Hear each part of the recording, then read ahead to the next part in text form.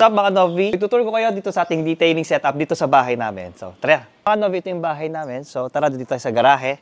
So, ito ay dito lang sa parking area namin ginawa. Konting detailing tayo dito sa bahay is syempre para makapag-practice din tayo sa ating mobile premium car wash services. Let's go. So, una mga kanovi is yung ating syempre compressor. Dito siya yung nagpo-push dun sa tubig. So, maglalagay lang tayo ng garden hose dito. So, ito yung pinaka-hose natin. Kung saan hihilahin lang siya. So, may hose na siya. And then, ilalagay natin yung pinaka-gun natin na parang pinaka-tubig natin. Then, if papalitan natin siya ng sabon naman, foam sprayer gun naman. So, yan. So, sabon na siya ulit. Then, pagbabanlawan, tanggal ulit. Then, tubig na siya ulit. So, ang bilis, di ba? So, after nun, ay yung mga polisher natin. So, ito may mga sabitan tayo ng mga pang-polish natin. So, meron tayong DA, meron tayong rotary. So, iba't ibang uri yan. May 5 inches, may 3 inches tayo.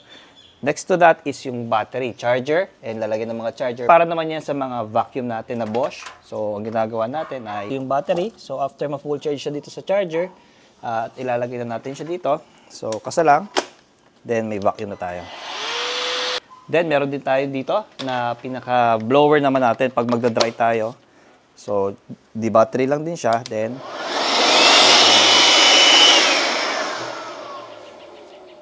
isa pa sa pinaka-importante dito is yung habang nagpa-polish tayo, meron tayong mga polishing waxes dito. So, meron tayong fine, may coarse, meron tayong mga advanced, may pang PPF, may pangtanggal tayo ng watermarks, and may pang mga matitindi tayo mga swirl and scratches na pinantatanggal. So, Rupes ang ginagamit namin dito.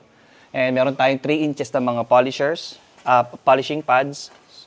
So, ayan. So, and dito naman yung ating 5 inches na mga Rupes na pads. Okay. Next is yung mga tapes natin. Then ito yung pinaka-support natin sa ilalim ng ng gulong para pag may mga hose, hindi siya maiipit sa gulong. And yan, yung mga accessories natin. Ito yung mga brushes natin pag sa mga gulong. So meron tayong matigas, meron tayong malambot. So almost complete na siya. Then if ever mabilisan lang, magpapagpag muna ng mga gabok dun sa And meron rin tayong mga para sa pets, sa carpet, sa mga balahibo ng pets natin. Then may mga detailing brush na rin tayo para pag maglilinis na konti habang walang ginagawa dito sa bahay. And syempre para sa gulong natin. So ito yung pinaka-brush natin na isinisingit natin doon sa ilalim ng gulong. So syempre yung mga sabon natin and yung mga compounds natin, liquids natin na ginagamit. So more on G-Techniques yung brand natin dito. So meron tayong pang water removal, meron tayong pang asphalt removal, quick detailing, at marami pang iba. So ito yung complete set natin na madalas ginagamit din namin pag maglilinis kami dito sa bahay. So meron tayong back to zero para somehow ma-clean din yung loob ng sasakyan. Meron din tayong mga pang tire block, and syempre importante yung mga mitts, towels, yung mga pang exterior and interior na mga towels natin. So mga kanovi, introduce ko rin sa inyo yung pinaka PVC mats natin or detailing tile. So ang advantage nito is kahit magbasa ka dito, mag-hose ka ng tubig, yung tubig is maglalaro lang sa ilalim nito. So kahit nakasapatos ka or may ipapatong ka mga gamit dito, hindi naman siya mababasa nung pinakaginamit namin tubig. Kahit magbasa ka, hindi siya ganun naglalamutak. And syempre yung ating detailing light sa taas, kung saan kahit nasa bahay lang tayo, may vibes tayo ng talagang shop siya. And nakakatulong din every time na maglilinis tayo ng mga sasakyan. Yung ilaw niya, lalo na pag sa gabi, after work natin, ito yung nagiging libangan natin.